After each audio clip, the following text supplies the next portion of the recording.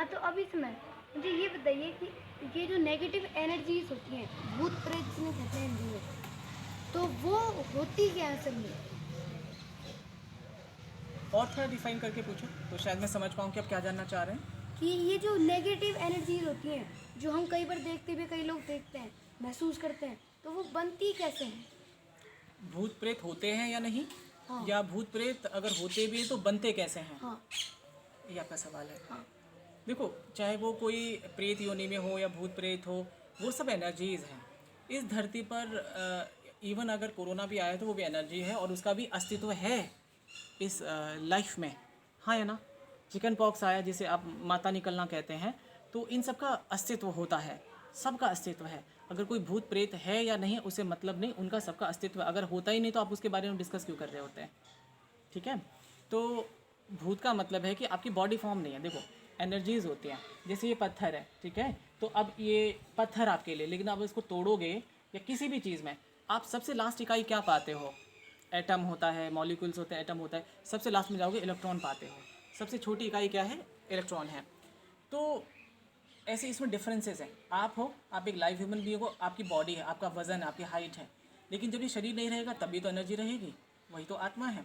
तो आत्मा जब बॉडी फॉर्म में होती है तो हम उसे ह्यूमन बोलते हैं, इंसान बोलते हैं। लेकिन जब आपका शरीर क्षय हो जाए या ये नहीं आपके पास है, तब आपका जो दूसरा सूक्ष्म शरीर जिसको बोलते हैं, जिसे लौ बोलते हैं, जो आत्मा है, वो किसी न किसी रूप में तो रहेगी। बॉडी फॉर्म में तो इंसान में है, बॉडी फॉर्म में नहीं है तो वो भूत है, वो प्रेत है। यानी जो हम जो श्राद्ध तर्पण भी करते हैं, पितरों को जो भोग भी लगाते हैं, वो क्या है? वो यही है कि जो बॉडी फॉर्म में नहीं है, जो आपके पितर हैं, उनको आप अपना भोजन देते हो। जो श्राद्ध तर्पण की जो व्यवस्था चलती है, जो नवरात्रा से पहले आते हैं, मानसून के बाद, वो भी यही है। तो जो सूक्ष्म शरीर जिसको बोला जाता है, जैसे दिमाग कॉन्शियस माइंड है और subconscious mind, semi conscious mind, वो सूक्ष्म माइंड है ना, वो अचेतन मन है। और एक और सूक्ष्म माइंड भी है, ऐसे हमारी सूक्ष्म चेतना भी है। तो वो आत्मा है। अगर आत्मा को बॉडी मिली तो वो ह्यूमन बीइंग है, और बॉडी नहीं मिली तो प्रेत योनि में है। अगर आपने बुरे कर्म किए हैं, आपने कोई अधूरा सर्कल किया है, और आप अपनी जैसे अनसर्टेन डेथ हो गई या एक्सीडेंटल डेथ हो गई, या किसी ने किसी का मर्डर कर दिया, या वो भूकंप में दब गया, यानी वो अकाल मृत्यु रही उसकी। तो अगर अकाल मृत्यु रही तो उसे तुरंत से बॉडी फॉर्म नहीं मिलेगा, क्योंकि 12 प्लेनेट है, 120 साल की महादशाएं होती हैं। तो जिस समय आपकी डेथ होती है, जब पूरा पृथ्वी का सर्कल जब उसी लेवल पर घूमेगा, तभी आपको एक सही गर्भ मिलेगा, तभी आत्मा वहाँ आती है।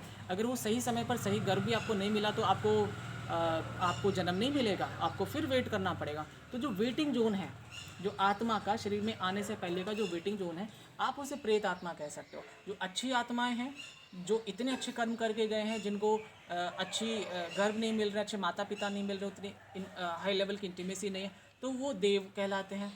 उनको अच्छी बॉडी, जैसे हम जीसस क्राइस्ट की बात करें, या जब अवतारी जो विष्णु भगवान होते हैं, रामा कृष्णा, जब ऐसी जब आत्मा या ऐसी परमात्माएं जब इस धरती पर आती हैं, तो उतनी ही महान लेवल के माता पिता चाहिए।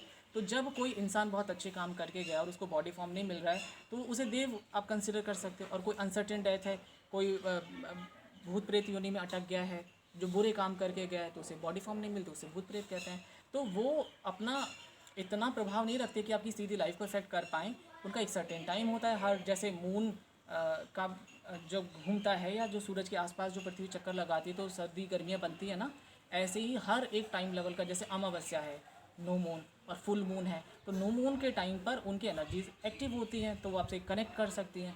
तो ऐसे उनके अंग नहीं होते, उनकी बॉडी फॉर्म नहीं होती, बट उनका अस्तित्व है इस लाइफ में, ऐसे देख सकते हैं। तो भूतों से डरने की भी ज़रूरत नहीं है, और देवताओं से बहुत ज़्यादा खुश भी होने की ज़रूरत नहीं है। हमें मान के चलना है कि ये हमारी लाइफ का पार्ट है, मतलब हमारी लाइफ में ये एग्जिस्टेंस रखते हैं, ऐसा उनका अस्तित्व है इस लाइफ में। और जैसा आप उसे देखेंगे वैसे ही आप उसे लेने लग जाएंगे। अगर आप डरेंगे तो बिना वजह डरेंगे, और अगर आप उनको ब्लेसिंग्स मान लेंगे, आपके एंसेस्टर्स जो आपके दादा दादी नाना नानी हैं, अगर आप उनकी आशीर्वाद को देखने लगते हैं, तो आपके लिए एकदम ब्लेसिंग्स बन जाएंगी आपके लिए। तो ये आप पर डिपेंड करता है कि आप उनसे कैसे कनेक्ट करते हो, ये चीज़ है। हाँ, तो अभी समय आज आपसे मिलके बहुत अच्छा लगा और बहुत मज़ा आया ये सब बातें समझने में। तो आज के लिए बस इतना ही दोस्तों, और अब हम चलते हैं। Thank you. Thank you.